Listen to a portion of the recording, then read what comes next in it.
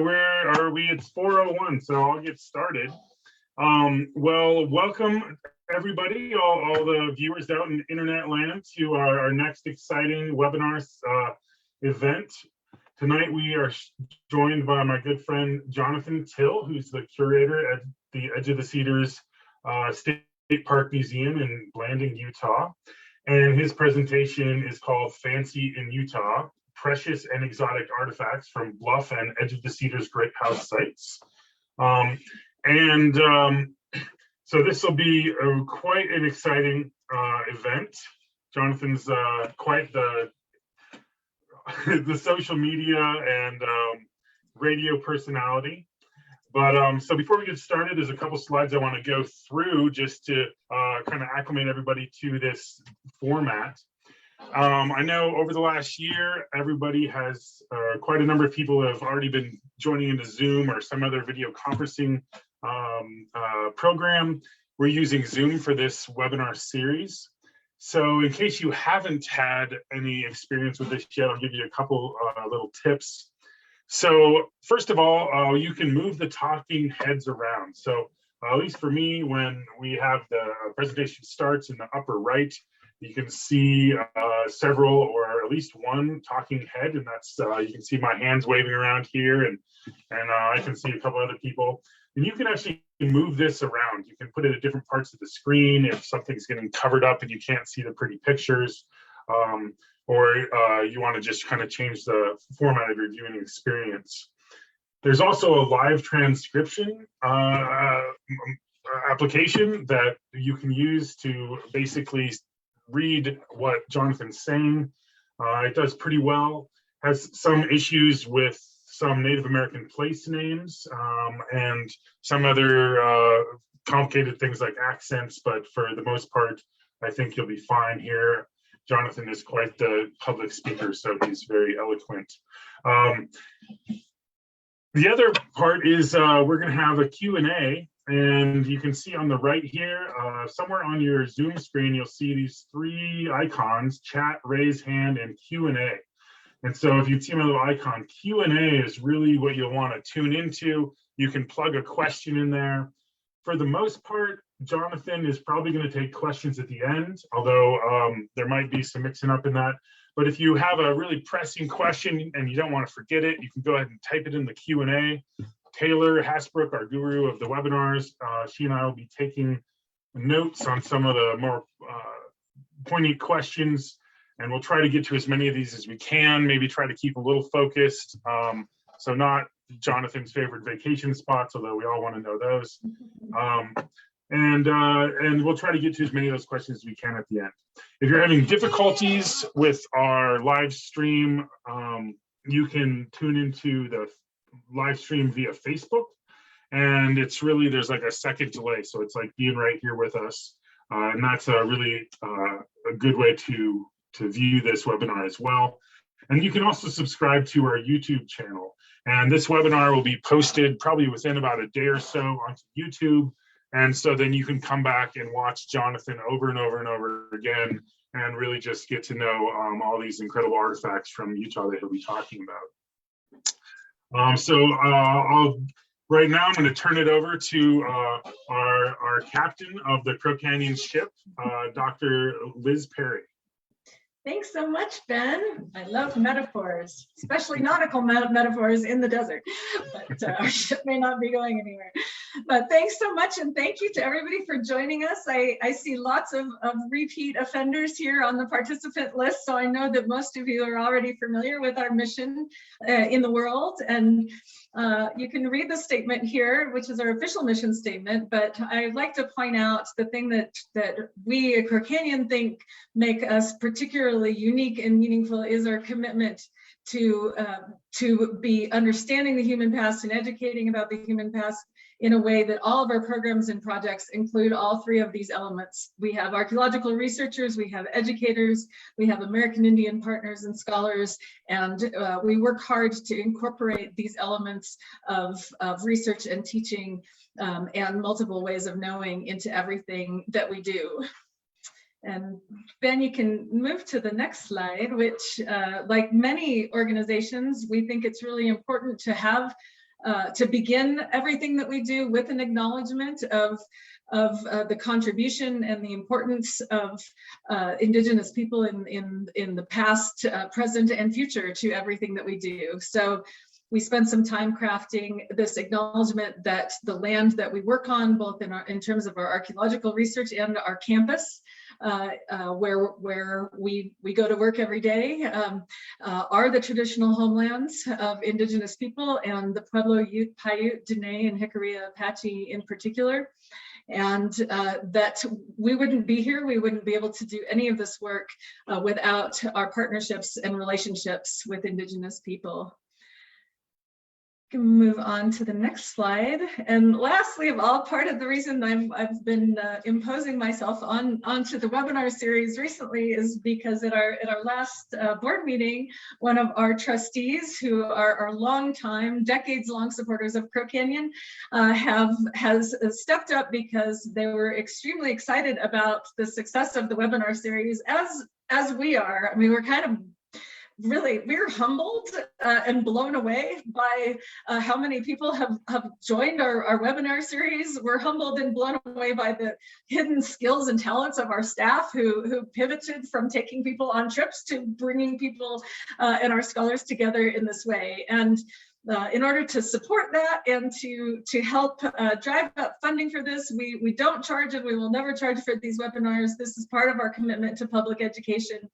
Our trustee has stepped up to do a $50,000 challenge match that's open for the rest of the year. So for until the end of 2021, if you make a donation to one of our webinars, either before, during, or after the fact, your dollars will be matched up to $50,000, which I don't think we've raised yet for the webinars over the last 2 years that we've been doing it. So it's a big deal. We want to be able to tell our trustee that we met our goal. So if you're thinking about making a contribution to both help sustain these webinars, help us pay the scholars for their time to give these webinars, and help offset the cost of our staff who work so hard on producing them, then your impact is doubled until the end of the year. So also, as Jonathan, we can tell him how many people donated during his webinar relative to other people's webinars. So if you are particularly fond of Jonathan Till, you could jack it up, and then we can let him know that he just blew it out of the water for us. So hope all your friends are watching, Jonathan. So. But that's all. Thanks so much for letting me pop in, Ben and Jonathan. Great. Well, yeah, thanks. We always appreciate hearing from you, Liz. We can all give a little round of applause to Liz for joining in. Getting back to our little intro, I just want to say, this is not this might be the be all end all of all webinars, but this isn't the last one. We'll have some other exciting ones coming up. For example, next week, we have Dr. Barbara Mills, who's actually the co-chair of my dissertation committee, a great lady down in University of Arizona, down in Tucson. She's going to be giving a talk called the sponsored by the Hisatsinom chapter of the Colorado Archaeological Society. And the title of the talk is How Connected Was the Chaco World? A Social Network Perspective. And that was actually a project that I got to work on with her back when I was a grad student down at University of Arizona. And it's going to be a really exciting talk. It's really cool, really big picture in terms of looking across the entire Southwest at other different types of materials that show us how things were connected in the past. And then the next week, May 27th, is Revisiting Chaco Road Morphology and Meeting with Sean Field. And that should also be really interesting. So, with Jonathan here talking about some of the Chaco-esque stuff in southeastern Utah, to Dr. Barbara Mills next week, and then Sean Field the following week. We have just a whole lot of Chaco coming at you. So it should be a lot of fun. Tune in for those. And then remember, over the last year, as we all know, it's been a really difficult year with the pandemic, and it's all hit us all very hard, but it's particularly hit hard to Native American communities. So we put these several different websites up here where you can go, and if you want to donate to help relieve some of the strain on these communities, these are the official sites where you can go and do that. So we have the Pueblo Relief Fund, we have the Hopi Relief Fund, we have the Navajo and Hopi Families COVID Relief Fund, and the official Navajo Nation COVID-19 Relief Fund. So when you're tuning back in to get all this great info and see Jonathan again, you can check out these websites here, and this will take you right to those official sites to donate if you want to help make a difference for modern Native American communities. We definitely encourage you to do that.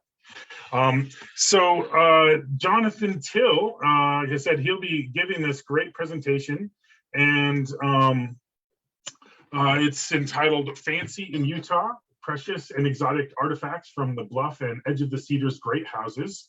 And like I said, Jonathan Till is the curator at the Edge of the Cedars Museum State Park, Edge of the Cedars State Park Museum in Blanding, Utah. And Jonathan has been an archaeologist in the Four Corners for over 30 years now, even though he doesn't look a day over 30. And among other things, he's interested in the Chaco Phenomenon and how it manifests itself across the northern Southwest. And Jonathan lives with his dogs, Pancake and Bourbon, in Bluff, Utah. And I have to add that Bourbon is the girlfriend of my dog, Hazard.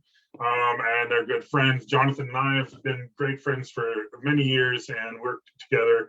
Jonathan also used to have the position I have at Crow Canyon as the lab manager. So we're really excited to have you back and talking with us, and the folks here at Crow Canyon, and everybody in the lab says hello, by the way. So with that, I will turn the screen and the program over to Jonathan. I'm going to say and stop my screen share and let you have it, Jonathan. You know how to do this, right? We'll find out. Thanks, Ben. Yeah. Let's see if I can. Am I sharing my screen? I can see your screen, but not the PowerPoint yet. We're getting it on there. All righty. All right, perfect. Well, hi, everybody. Thank you very much for the introduction there, Ben, and Dr. Perry and Taylor. Thank you all for your help and for setting me up. I have to say that Crow Canyon Lab is trading up. They're getting a really good person in Ben, but it's very good to be with all of you today and to participate in this program with Crow Canyon, and also a shout out to the BLM who has gifted us with a grant to help us to help support the Edge of the Cedars in its public programming this year. Today I'm talking about a subject that's near and dear to my heart, but frankly it's not one that I know as well as I wish I did, and that is things Great House, things Chacoan. We're diving into a fascinating aspect or element of the deep history here in the larger Four Corners region by asking what kinds of things were happening at these big community center sites that we call great houses about 1,000 years ago. And I'm talking about two particular great house sites, the Bluff Great House down in Bluff, Utah, and the Edge of the Cedars Great House, the site that is right on the Edge of the Cedars State Park property here in Blanding, Utah. So what we'll be talking about tonight is the things precious or fancy from those sites, especially the adornments from those places. So with that, let's go ahead and skip to the big picture slide here. We've got the Four Corners here in the upper right of your screens, and the Edge of the Cedars and Bluff great houses encapsulated in this red circle. But we're going to wander out and away from that red circle, stretch ourselves out here to way far to the west, to the Pacific, and to the southwest here to the Gulf of California, and to northwestern Mexico. We could move this map, plot it down several hundred miles more into Mexico to really better reflect the landscape that we're talking about. But I don't have that particular image here available for you. You just have to project a little bit further south into Mexico a little bit more. Okay, so dialing into the Four Corners region, you're going to hear me maybe use some of this language that we see on this map here. That we'll be talking a lot about the Mesa Verde tradition, that material culture tradition, archaeological tradition that spans southwestern Colorado and southeastern Utah, basically going to stretching from Mesa Verde on the east all the way over to Cedar Mesa on the west. We'll also be referencing the Chaco tradition down to the southwest of us, about 130 or 40 miles to the southeast of Edge of the Cedars and Bluff. That's where Chaco Canyon is. And then if we look off to our southwest, across the San Juan River, we get into the Kayenta region, a cultural landscape that interacts quite considerably with, especially the western side of the Mesa Verde tradition lands here in southeastern Utah. This screen just shows you briefly some of the language and lingo that archaeologists apply to particular chunks of time here in the Four Corners region. I'm talking specifically about the Pecos classification language that's referenced here. So you'll hear me talk about the early basket maker or basket maker 2, the basket maker 3 or late basket maker here, and then the Pueblo periods, Pueblo 1, 2, 3, and 4. We'll be spending a lot of our time, most of our time really here in the Pueblo 2 chunk of time, which is when Chaco is cranking as a huge socio-political engine down in Chaco Canyon. And that was going in about 1,000 years ago. In this slide, we're looking at the great house distribution in southeastern Utah, at least as we know it. We've got about 25 or 30 great house sites that we know of or are documented in southeastern Utah. Some are documented better than others. And we have probably about as many over in southwestern Colorado. So this landscape between here and Colorado for the Mesa Verde tradition was just a really busy and complicated social scene 1,000 years ago.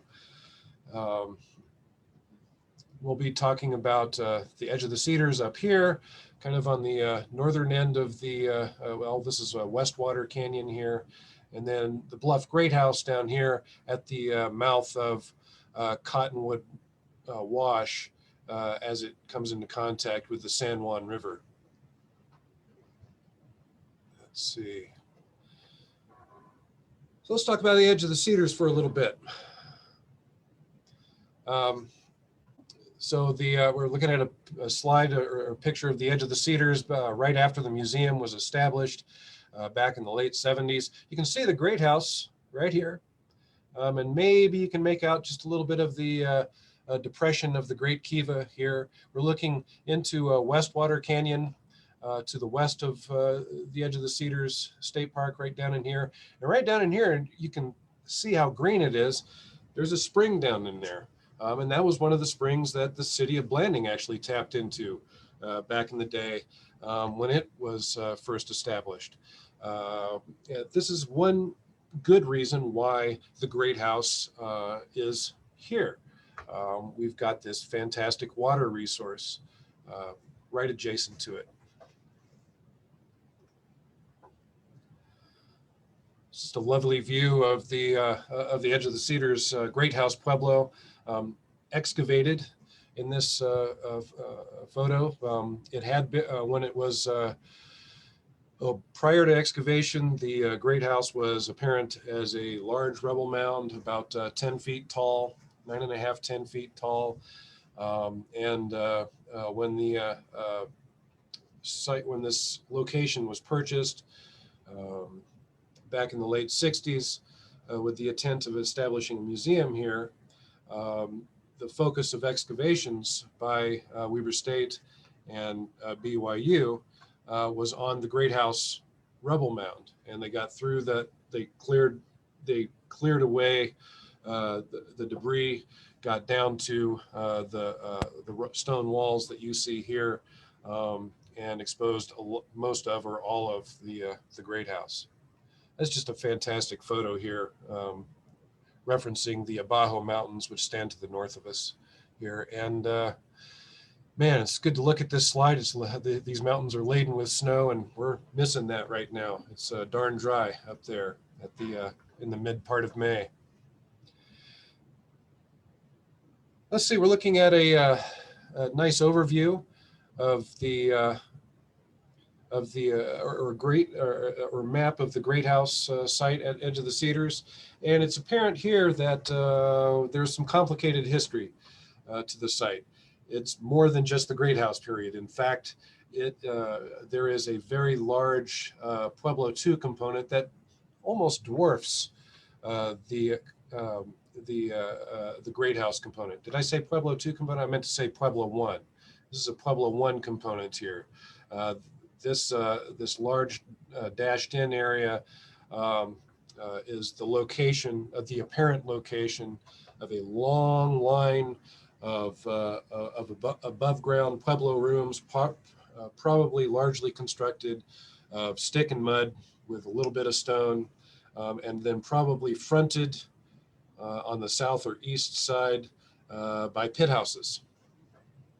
This component of the site dates to the late 800s or early 900s. And it's just a massive ancestral component for those folks who came about 150 years later in the mid 1000s to establish the Great House and these later or these contemporaneous rubble mounds. Pueblo room blocks that are now rubble mounds.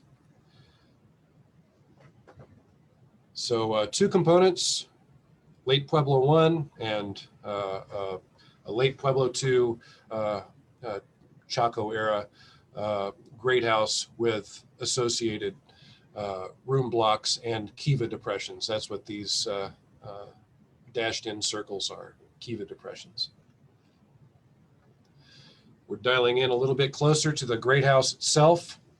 In addition to the Great House, there is a great kiva on the site. And I have to add that thanks to the careful sleuthing of our former curator, Winston Hurst, he noted that a prehistoric road is also associated with this site. He noticed this vis-a-vis historic aerial photographs that indicated the presence of an east to west running road that comes into the site just south of the Great House Depression, or excuse me, Great Kiva Depression. The Great Kiva or Great House was consisted of looks like a 4-room block that was subsequently subdivided into additional rooms. This 4-room block was apparently 2 stories tall, and then throughout its history, more rooms were added on to the Great House, and other subdivisions were made. So we had this kiva, above ground kiva, added on to the Great House structure, and then this room added on. This kiva was inserted probably in the early 1200s, and I have to add that while it does seem to have been added on or into the Great House at that time, we have very little indication that folks lived here any time at all during the 1200s. We have next to no pottery from the 1200s. So if folks did build this in the 1200s, they didn't stay here for very long. Let's see, moving right along. Yes, this is a good slide to just remind us that the edge of the Cedars is plugged into a much bigger landscape, both natural and cultural. To the west of us, we have the Bears Ears on our far western horizon, and it is due west of us. So on the equinox from our position here at the edge of the Cedars, the sun sets behind the Bears Ears. Additionally, there is a great house site on a solstice alignment with the edge of the Cedars. That's nearly 5 miles distant, but we're on this fantastic solstice alignment with that site, even though that thing's 5 miles distant. So all is to say that people were, or these sites were referencing things that were way the heck out there, way distant.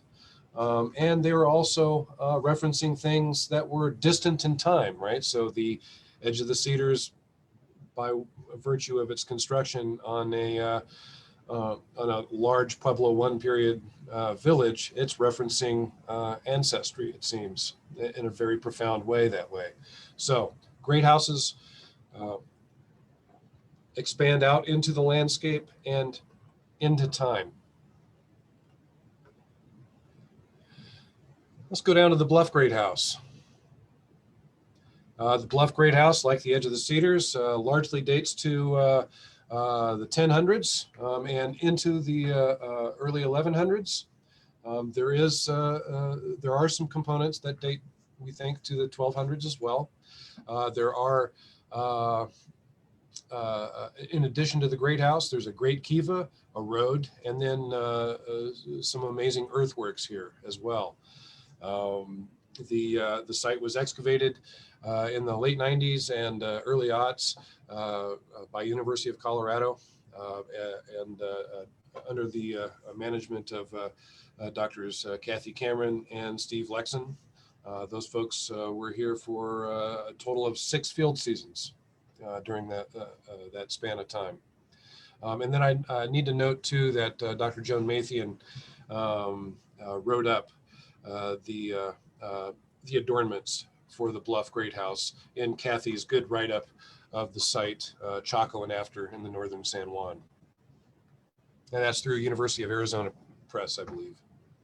Here's a quick schematic map of the Bluff Great House, just calling your attention to the fact that, yes, we've got a great house here and Great Kiva, and then that third element of the Chacoan footprint, the prehistoric road alignments here and here.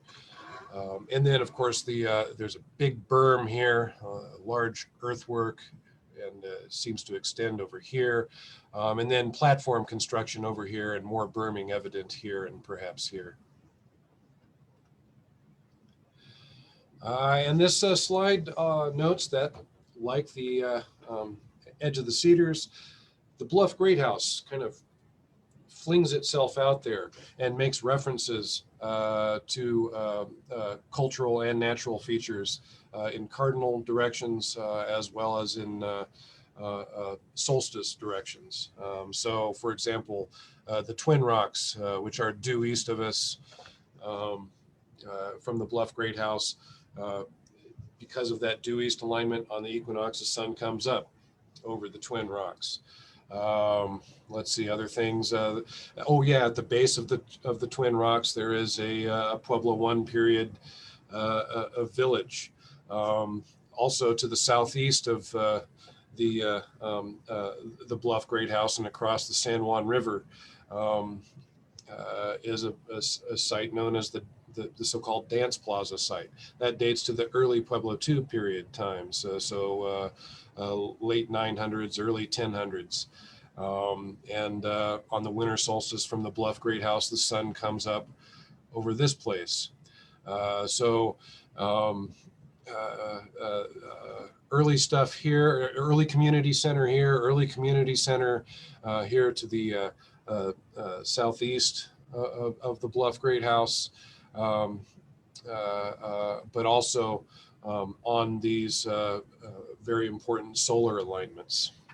So again, the Bluff Great House, like the edge of the Cedars, is stretching out across the landscape in a big way, but also stretching out in time. And this slide here kind of points to those fantastic natural and cultural features. Here's those twin rocks to the east of the Bluff Great House. And by the way, when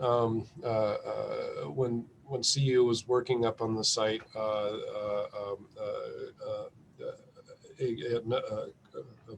number of folks, excuse me, a small contingent of people from Hopi, I think from the Hopi Cultural Preservation Office, visited and made note that it was their impression that the Bluff Great House was at least in part sited where it was because of these large alcoves to the south, directly south of the Bluff Great House, and visible, very visible in the bluffs there to the south of us, just on the other side of the river. So I guess my thesis tonight really is that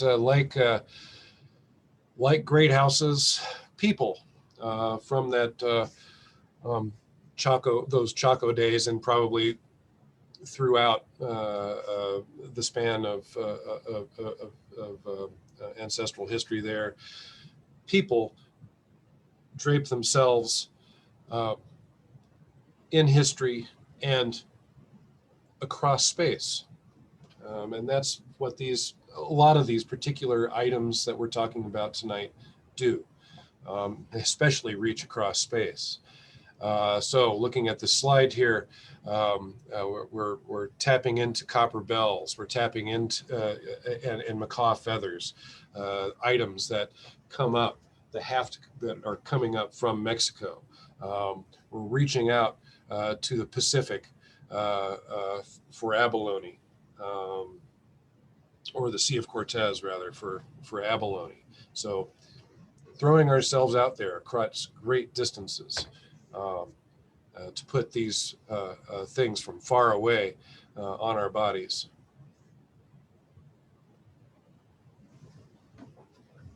The generic R, by that I mean humans, by people.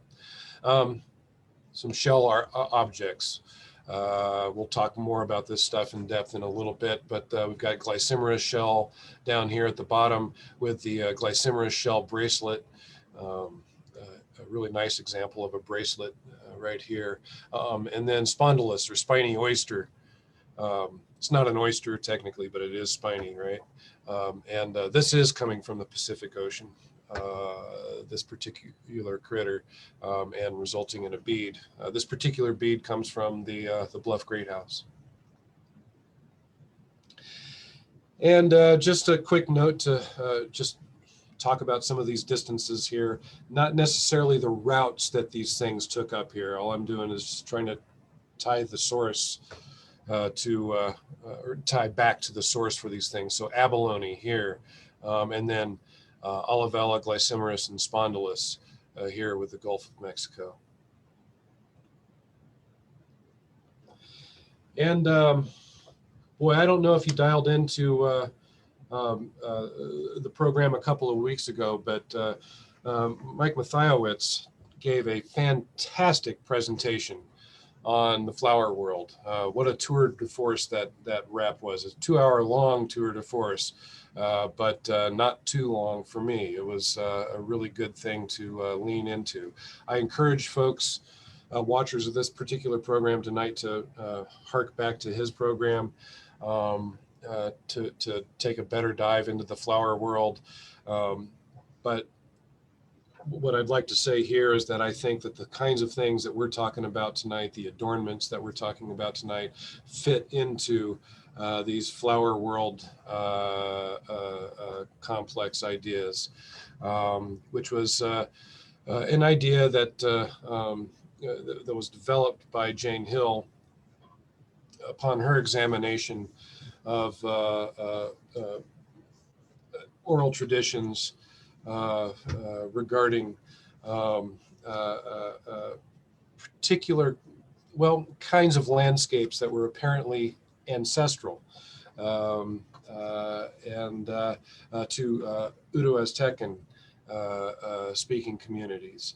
This idea was fleshed out further by Kelly Hayes Gilpin and Dr. Hill to include artifacts, objects, things that we attach to our bodies. And the things that we're talking about here lean into a number of themes, including ancestry, water, life and death,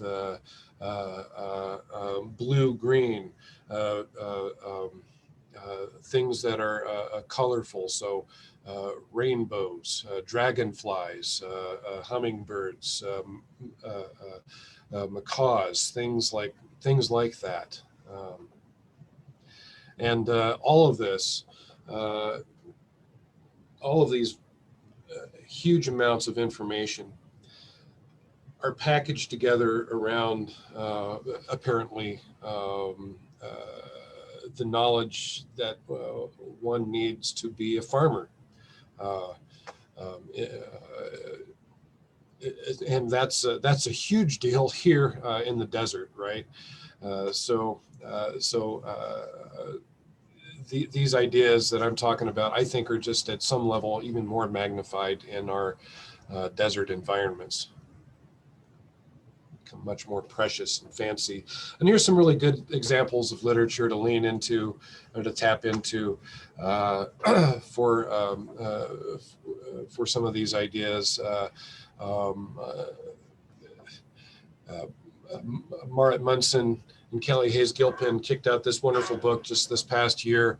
It's been sitting in my passenger side well of my car, the Midden Mobile, and yeah, it's taken on. It's starting to take on that rough beat look. And Mark Mathiawicz's book over here, though, I've only just purchased, and yes, it's going to start riding shotgun with me too, but it's on the fancy side or it's on the new side of things. And then very dog-eared here is my Painting the Cosmos book that I highly recommend to folks. There's some wonderful chapters in there that I think folks will like to dive into, especially by Carl Taub, terrific scholar of Mesoamerican sensibilities in the flower world. Well, the flower world made its apparent debut here at Edge of the Cedars upon the discovery of a copper bell. This was back in the late 60s when the first of 3 copper bells was found at Edge of the Cedars. There's some more of that fantastic stuff from the Edge of the Cedars, including that those copper bells. The 3rd copper bell was associated with a burial, and so I'm not showing you an image of that particular item. But a turquoise pendant, very rare and precious here. Gypsum pendants, lots of these, by the way, down at the Bluff Great House, but one of these up here. Abalone, there are a couple of abalone shell fragments found here. A glycymera shell bracelet fragment. Let's see. And then down at the Bluff Great House, similar kinds of things, right?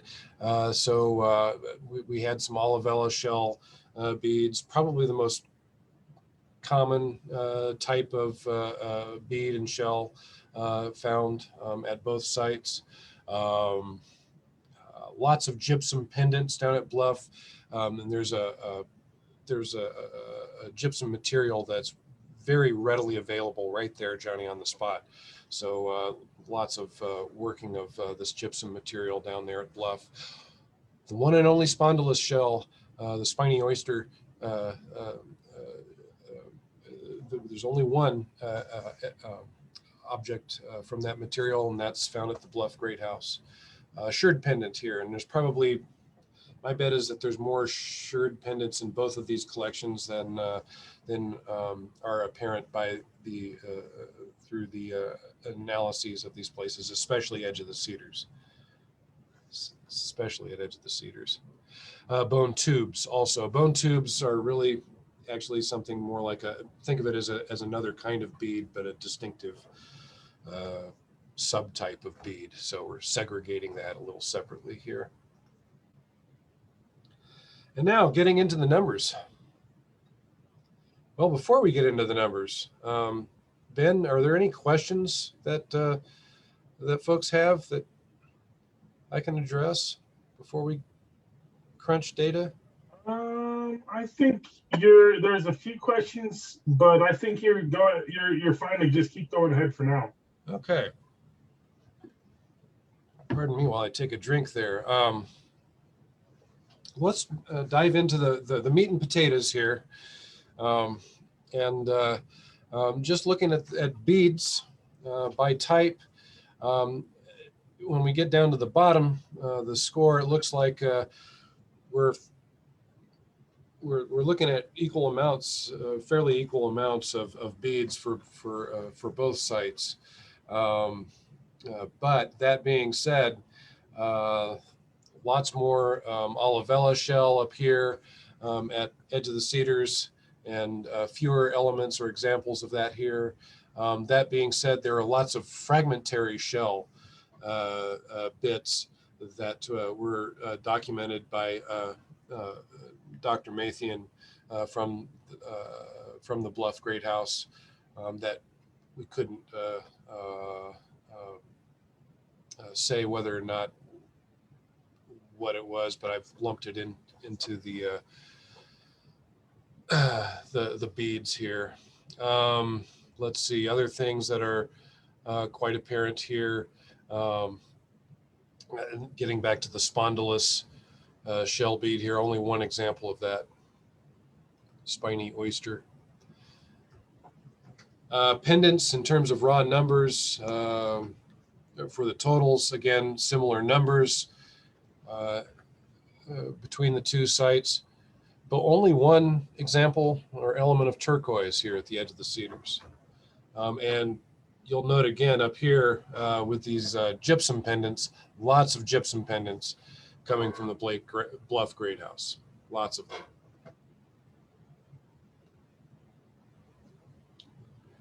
Here's a breakdown of things according to the kind of shell. So olivella shell, again, quite common here at Edge of the Cedars, and lesser common, but still fairly prevalent there at the Bluff Great House. Glycymerus, not so much. Well, yeah, the glycymerus shell bracelets are apparent at both sites. Abalone is only evident at Edge of the Cedars and only through a couple of fragments of this material. And then adornment items in total, it's everything that we're calling adornment here. Again, doing a breakdown just by count, it looks like we have equal amounts of these kinds of objects here, at least in total. In terms of beads, yes, about the same numbers, same number of pendants, more or less. Bracelets are here. We don't. There is a. We haven't talked about rings, but we do have one stone ring at the Edge of the Cedars, or at least stone ring fragment.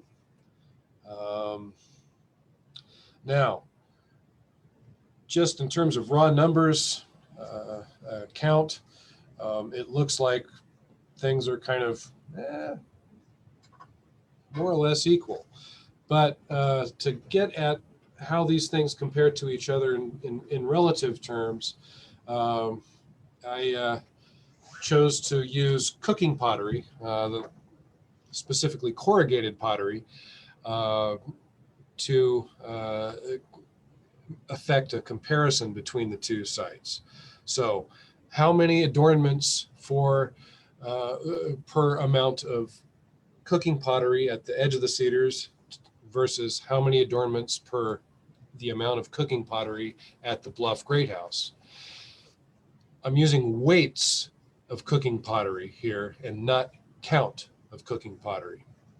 The edge of the Cedars, thanks to my friend and colleague Winston Hurst, has had all the pottery analyzed from it, or most of it. But we didn't have any weights for that material. So this winter, this is what you do in the times of COVID. I went down into the basement and the repository for the edge of the Cedars, pulled all the pottery from the edge of the Cedars and weighed all the cooking pottery. That took a while. 250 pounds of cooking pottery, ultimately, from the edge of the Cedars. A whole bunch. The Bluff Greathouse cooking pottery, we only have half that amount of cooking pottery from the Bluff Greathouse, and Eric Blindman did the analysis of the pottery down there. Very good pottery analyses for both sites. And so this table shows you that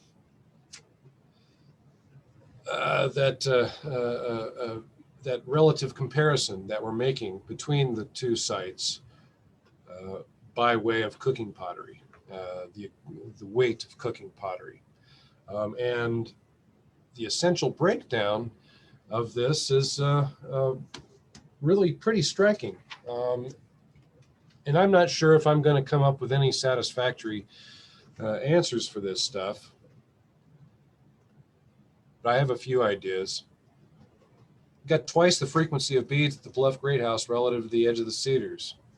Twice the frequency of pendants at Bluff Greathouse relative to the edge of the Cedars. And more than that, when you consider just the total amount of adornments at the Bluff Greathouse relative to the edge of the Cedars. All that being said, there are some amazing, it sounds like the edge of the Bluff Greathouse is really overwhelming the edge of the Cedars at some level in terms of the relative amounts of these precious items. But I'd call attention to the fact that there's no turquoise at all at the Bluff Greathouse. We at least have that turquoise pendant for the edge of the Cedars. There are 3 copper bells at the edge of the Cedars and no evidence of copper bells at the Bluff Greathouse. And of course, there's that ring fragment at the edge of the Cedars. We don't have any rings represented at the Bluff Greathouse. Also at the Bluff Greathouse, we do have the one and only evidence of, object of spondylus or spiny oyster, and the only evidence of abalone is at edge of the Cedars. I'm not entirely sure why things are the way they are here in terms of these relative amounts and these differences between the two. It may come down to recovery techniques, excavation techniques at the edge of the Cedars. We think that everything at the edge of the Cedars was screened when those early excavations happened in the late 60s and early 70s. But frankly, we're not entirely sure about that. One thing that is interesting, though, about things at the edge of the Cedars is that at least some of these collections or some of these objects, these precious items, probably come from Pueblo I period contexts. And I just didn't have the time to split those things out, to figure that out for this presentation. So I'm assuming that everything we have from the edge of the Cedars is associated with that Chaco era that we're comparing with at the Bluff Great House. At the Bluff Great House, almost all of that material down there is very tightly associated with the Pueblo II and Pueblo III periods, the Great House component of that site. I think there's one gypsum pendant that was associated with the small, relatively small Pueblo I period component identified at the Bluff Great House. So what I'm saying here is that the materials from the edge of the Cedars, the way I'm presenting them to you now, they're already biased toward the Great House component. That is probably incorrect. So the numbers, the absolute numbers for the adornments at the edge of the Cedars is probably even less than what I'm giving or providing here. So the relative amounts of adornments at edge of the Cedars is even less than I'm presenting here. And it does kind of get back to some of the recovery techniques. So we might have some recovery bias there. That said, it's interesting that we don't have any turquoise down at the Bluff Great House, and we don't have any copper bells down there. So with that, I'm gonna just do a quick little adios and acknowledgement slide. Bookending Crow Canyon's presentation this afternoon. We give a tip of the hat to the descendant communities that the edge of the Cedars resides on. I also want to give a shout out to the folks at the BLM for helping us make this presentation possible, and to my friends and colleagues at Crow Canyon, also the folks here at Edge of the Cedars. Thank you so much for to the folks here at Edge of the Cedars for helping me out, and to everybody that's participated in the Edge of the Cedars and Bluff Great House projects through the years, be it excavation or through analysis. And then finally, we got to give thanks to the places themselves. We wouldn't be here, and we wouldn't be considering these amazing pieces of history were it not for the places, in addition to all the people. So on that note, Ben, I think I'm ready for questions if there are any questions. All right, great. Thanks, Jonathan. Great talk. Yeah, well, we do have a number of questions, and I'll try to get to as many as I think we have time for. But yeah, so the first one is, at what scale do Pueblos become defined as great houses? 2 stories, or the number of rooms, or could you please elaborate? Yeah, it's a good question. We consider great houses things that are a couple of stories tall, and they often have core and veneer walls, those big, fat, wide basal walls. So in part, that's it for us. Is how big are these things relative to the smaller and contemporaneous pueblos that are around them? So size, but also it's these other elements that help us dial in and realize these things too. Understand great houses too. And so in addition to great houses, often they're associated with great kivas, often they're associated with roads or other earthworks. So it's kind of a combination of things there. Great, great. So building off that then, what are the comparative sizes of the Bluff Great House and Edge of the Cedars? And maybe talk a little more about the time depth, just like direct comparison. Sure. The Edge of the Cedars is pretty small. It's a small great house. It's on the small side of things. The Bluff Great House is kind of for great houses in Utah. It's kind of a medium-sized thing, if you will, in comparison to, say, Cottonwood Falls, which has 20 plus kivas in it, jammed into it, and is huge and sprawling and occupies a very, very large acreage, if you will. The Bluff Great House has 4 kivas inserted into it. Phil Geib, who was one of the excavators at the Great House, makes a compelling, well, certainly it's a 2-story structure, but he makes a compelling argument for it being 3 stories tall and perhaps even 4 stories tall. You know, it's a darn tall building. Let's see, in terms of time, both the Edge of the Cedars and the Bluff Great House, in terms of their construction, they're essentially contemporaneous. So both places seem to have been built in the late 1000s and were occupied from the late 1000s into the early 1100s, both of them. The Bluff Great House, the history there is probably a bit longer and probably has a heavier early Pueblo 3. It does have an it does have a more significant early Pueblo 3 component than at the Edge of the Cedars. Great.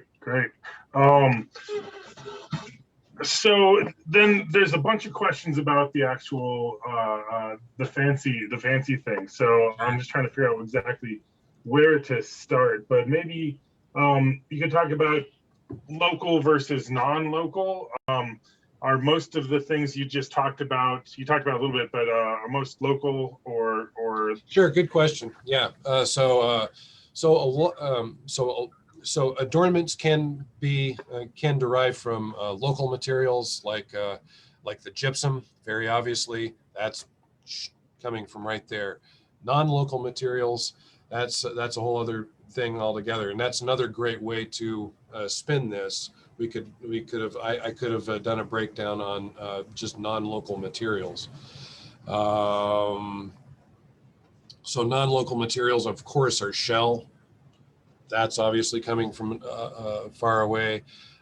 Turquoise, that's coming from not as far away as the shell, but then probably the closest likely source is the Cerrillos source. Although there are some sources, I believe, out in western Utah that might be as close, might be as near, and then we get into Nevada too for some turquoise. My bet is looking at that, just doing a visual inspection of that pendant, is that it's Cerrillos. And that's there are other folks that know more about turquoise than I do that have, take this they say take it with a grain of salt, but it looks like Cerrillos. So anyway, let's see. I didn't talk about things that were non-local that aren't adornments. So I didn't talk at all tonight about pottery. I didn't talk at all about lithic materials like obsidian and things like that. I just didn't have enough time to consider those kinds of things for this talk. Right. Yeah. Well, so then, and you said for the copper, where did that come from? Oh, copper. How the heck could I forget that? So that's coming from Western Mexico. And apparently coming from Western Mexico, and it's using it's a smelting technique that's being used. They are processing that copper. It's not just raw copper beaten into shape. They're melting it and pouring it into forms and making objects. So that is pulsing up from Western Mexico also. Again, leaning on Matthiawitz's rap and lecture a couple of weeks ago. We're getting some powerful hints of that Azatlan area there on the western side of things. 1,000 miles from here. More than 1,000 miles from here. Wow. So then, were there any tesserae, which are, I guess, what the flat pieces you put in an inlay, right? Yeah, tesserae of what? Turquoise? Well, just of, let's see, red dog shale or azurite or other types of stone. No. Okay. Nothing No that's tesserae. nothing that's apparent like that. Nothing Gotcha. that's apparent like that. Yeah. And then let's see here. One person had a question, so these are Chaco style great houses on the edge of the Chaco world, right? How do these materials compare with those found in other Chaco sites, but especially in, the center of Chaco? Are these the same types of things, or are they different? I'm going to leave that for Barbara's talk next week. No, seriously, that's what I would do. I don't mean to be a punk about this, but that I would definitely tap into Barbara's talk about that, and again lean into Mike Mathiowicz's. That said, so things like copper bells.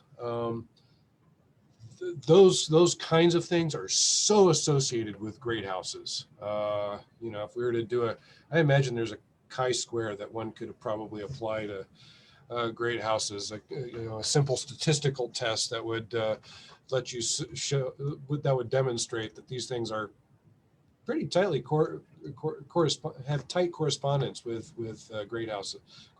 There's one other copper bell that I know of here in southeastern Utah, and it is associated with a great house in Montezuma Canyon. Wow, that's incredible. So let's see here. Were these sites, either one of them, were they fully excavated when the excavations occurred, or are there still excavations occurring, or what's up with that? Yeah. This question kind of obliquely gets at a really good point, and that is what are the contexts in which these things show up, and these are especially objects that I'm talking about, turquoise, these things fancy. Oftentimes we see these things associated with burials. They are associated with kivas and special contexts within kivas.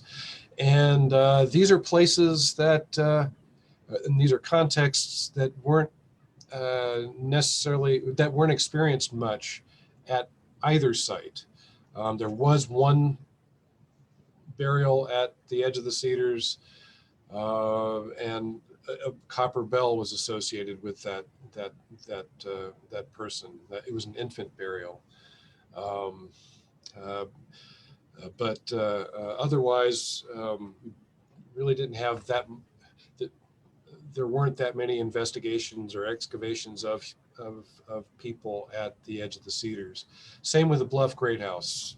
They had the field school. Kathy and Steve had a no human remains policy with those folks. So those contexts were not investigated at all at Bluff Great House. We didn't get much into. We didn't do much in terms of we didn't do full-on excavations of kivas. We sampled kivas at the Bluff Great House. We only one kiva was excavated at the edge of the Cedars. It was fully excavated, and to my knowledge, no caches or special caches of things were encountered in the excavation of that. So the kinds of things where you find lots of these kinds of objects didn't get that much investigation in either site. So in a weird way, in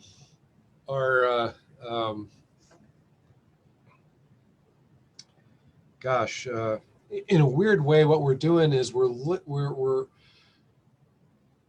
we're sampling the ephemera, these odd contexts, and making characterizations about these specific kinds of or class of objects from a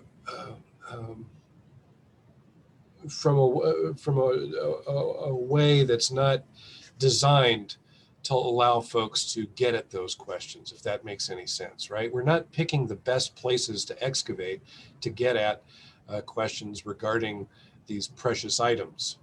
And that's fine. You know, there are other questions that were being asked of these places that didn't involve these very precious and amazing items. So then, is that a trend in archaeology in general? You know, that so Edge of the Cedars was excavated more fully back in what, the 70s, you said, and then Bluff was tested. And is that part of a standard practice? You could maybe elaborate on just a little bit. Yes. Yeah. So so yes, back in the day, folks excavated rooms, full-on rooms, and nowadays we're a lot more targeted in our practices, and that's for the better, I think. Great. So then, in terms of, we'll just give you a couple more, unless, and I don't want to keep you too long, but there's just a lot of great questions about these, just the whole shebang here. But there's one question about, let's see here, how these materials come from exotic places, and they're unusual materials, but are they, does it look like they were modified or worked or prepared by local artisans in kind of a local Mesa Verde or Southeast Utah way, or are they just directly imported, or what are your thoughts on that? That's a fantastic question. You know, the third context of, you know, hotspots for these things are places of manufacture.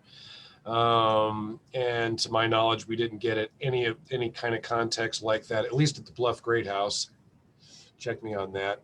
And I don't know if we got into that here at the Edge of the Cedars. I don't think we did, but yes, again, to my knowledge, we didn't.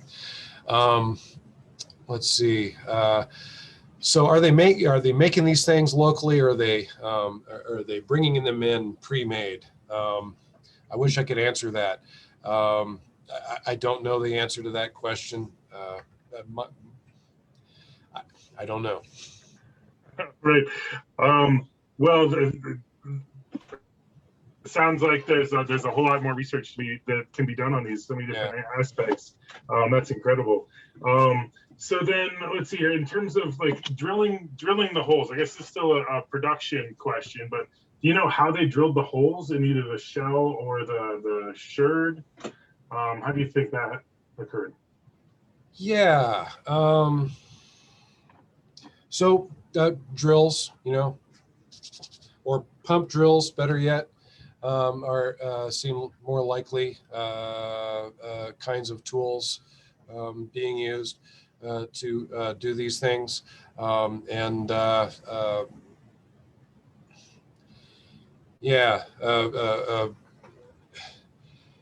Again, that's not a question that I'm not terribly don't have much authority to. But they had drills. Yes, they had drills. Okay, all right. So no, that's great. That's great. And my bet is that you have somebody who's especially for like bead production that you might have somebody in a household in households that are tasked with those kinds of jobs. Do you so like specialists? I see. And then, you know, another question about I guess some of the perishable materials you might not, I don't know if you see them or not, but you showed a macaw feather. Are there macaws that come from those sites specifically, or remains or anything like that, or is no, we don't have local? No, we don't have any. No, we don't have any macaw feathers from these sites. I did flash that one macaw feather up there to one. Well, just to give a shout out to macaws, but because they are an important kind of thing to think about for that particular period of time. But that macaw feather that I showed was from a site just a mile or two to the south of the edge of the Cedars. And was probably from a component that was contemporaneous with the Bluff Great House, or excuse me, the Edge of the Cedars. So a Pueblo II period component. So then, are there other sites that did produce in the area that did produce macaw materials? Not in southeastern Utah that I know of. No, I mean, so haven't some been found though? Some macaw related artifacts? Oh yes, I mean, if you want to go, so like probably one of the better places to find examples of macaws in a Wapatki,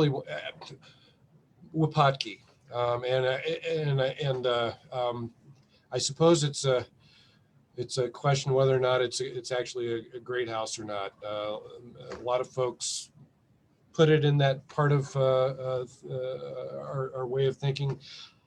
I'm not a big fan of Wapatki as a great house. I know Steve Lexon's about to throwing darts at my image here if he's watching through the screen, but you want to talk macaws. There are lots of macaw bodies found down there. I want to say 40 or 50 sets of remains, something like that. They're all younger birds too. I don't think any of them are full adult. So that's an interesting thing to ponder. Are they bringing these little? Are they bringing these birds up as youngsters, or are they moving them that way?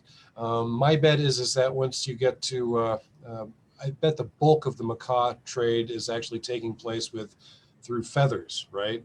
As opposed to carrying these big cranky birds around. It's a lot easier to move feathers. So that would be my bet for how that precious splash of color was moved around. And we're talking scarlet macaws here for the things that we've seen here in Southeast Utah. We only have a couple of instances of macaws macaw feathers here. And those are both scarlet macaw feathers. And then of course we've got the apron here at Edge of the Cedars. Again, scarlet macaw feathers, as opposed to the military macaws, the green feathered birds. So you guys so the apron wasn't from either of these two sites, but it's from Southeast Utah, and you guys have it on display still? That's correct, yeah. And that was found up towards Canyonlands, not associated with an apparent great house or anything, but yeah. And you think that's contemporaneous with these? Contemporaneous, yep. Amazing. So I guess a question about the sites and just exchange between the two. Do you think there could have been exchange between these two sites going on, or were they mostly, isolated to themselves, or how would they have been connected? It's hard to imagine that these folks weren't talking with each other with some frequency.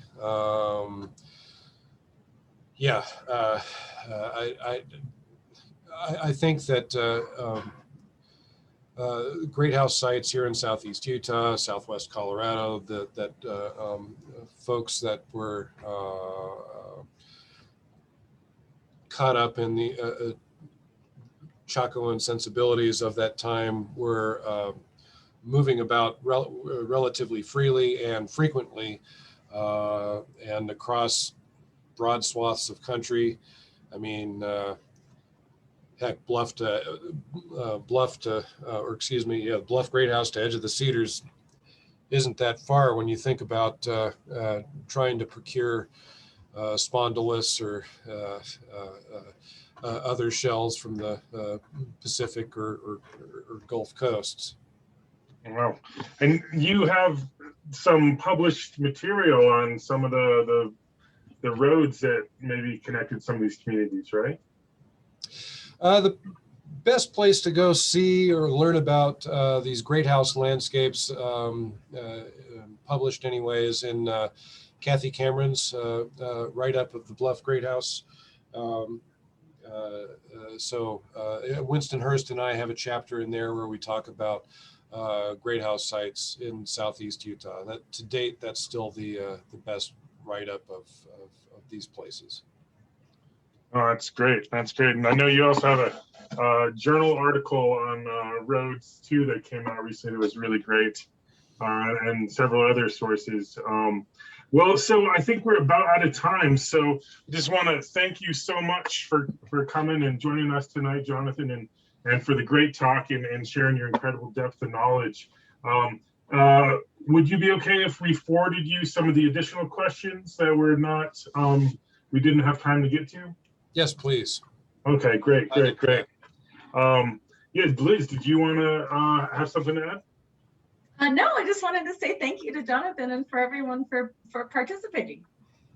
Yeah, thanks so much. And again, you'll be able to review this presentation again. You watch Jonathan again and again via the YouTube channel that we have. And we'll have several talks coming up in the future, basically every Thursday. So next week you have Dr. Barbara Mills, followed the following week by Sean Field, keeping this Chaco theme going for a while. So we'll have be able to have a really broad sense of the Chaco landscape across the San Juan Basin by the end of the month. But so thanks again, everybody, for tuning in, and we'll see you next week.